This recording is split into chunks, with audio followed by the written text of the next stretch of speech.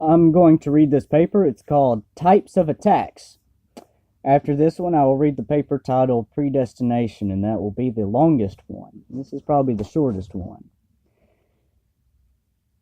Types of Attacks. Explosive sadists.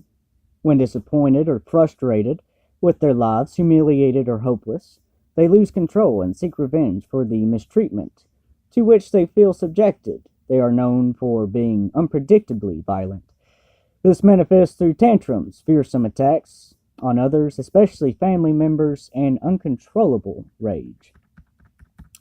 Tyrannical sadists. They are frightening and cruel because they appear to relish the act of menacing and brutalizing others. Forcing their victims to cower and submit gives them satisfaction. Enforcing sadists.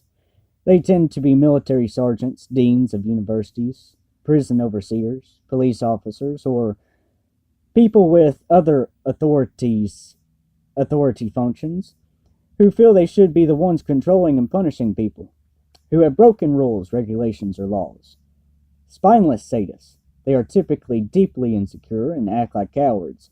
In anticipation of real danger, they project their hostile fantasies and strike first, hoping thereby to forestall their antagonists and ask questions later. They are aggressively hostile. They are aggressive hostility to send the message to others that they aren't intimidated or fearful, so they can control their feelings and display the exact opposite of how they feel.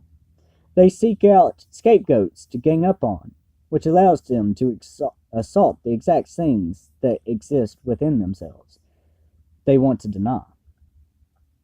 Everyday sadists. These people aren't necessarily serial killers or sexual deviants, but they gain some emotional benefit in causing or simply observing other suffering. The type of person this is referring to are, for instance, the coworker who repeatedly humiliates you and smiles or appears to reap pleasure from hurting you. If you're a self-advocate and say something that inflames your coworker, she retaliates with evil revenge, further humiliating you. Situational sadists. This is where people who are normally wouldn't enjoy hurting others find enjoyment in hurting those they feel deserve it. Moral insanity. Referred to a type of mental disorder consisting of abnormal emotions and behaviors in the apparent absence of intellectual impairments, delusions, or hallucinations. Narcissist, a person who has excessive interest in or admiration of themselves. Psychopath, a person suffering from chronic mental disorder with abnormal or violent social behavior. Sociopath, a person with a personality disorder manifesting itself in extreme antisocial attitudes and behavior and a lack of consciousness. This word is hard to say. Match, i.e., Velanism. Okay. I'm not. I tried. I'm only going to say that once. I'm not going to be able to say it, guys. A person who a person so focused on their own interests, they will humiliate, deceive, and exploit others to achieve their goals. This is one of the dark triad, the other two being narcissism and psychopathy. Political abuse of psychiatry, the misuse of psychiatry, including diagnosis, detention, and treatment, for the use of obstructing the human rights of individuals and or groups in society.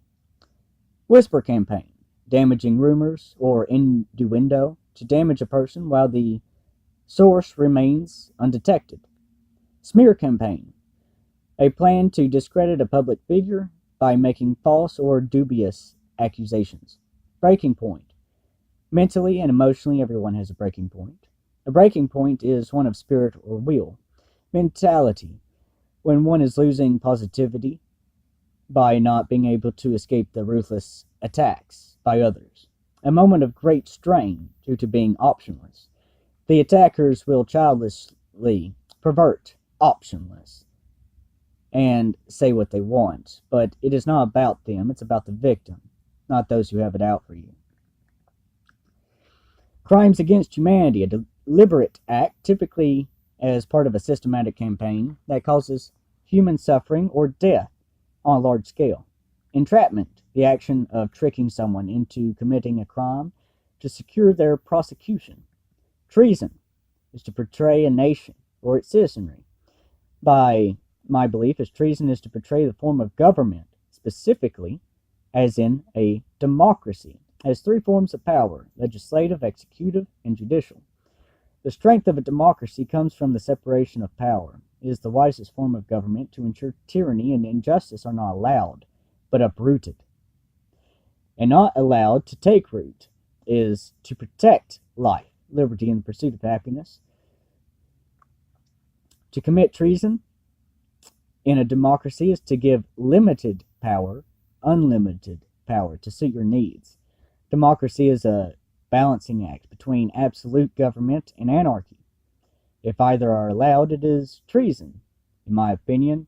If any authorities know of a cause for something, know of anything important or possibly important to a case, and neglects to say something, it should be treason. God complex, an unshakable feeling characterized as having consistently feeling inflated by personal ability, privilege, and infallibility. Self-fulfilling prophecy, say things untrue to create them. Collaboration, careful planning, and manipulation. Psychological warfare. Types of attacks. Imagine metaphorically you are a child as young as you can remember until current, and you have to walk a line others paid for you. Surrounding you are men and women who have spears. They will poke, they will deprive you of nutrients the mind, soul, and body need and want. These people are sadistic and really, really bad. You are scared and vulnerable. These people will plant evidence or try to create it.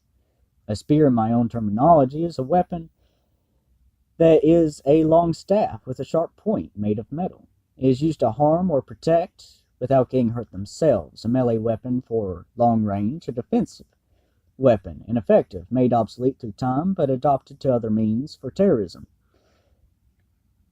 Many of these things can be created or natural, and there is a legal difference depending on the situation.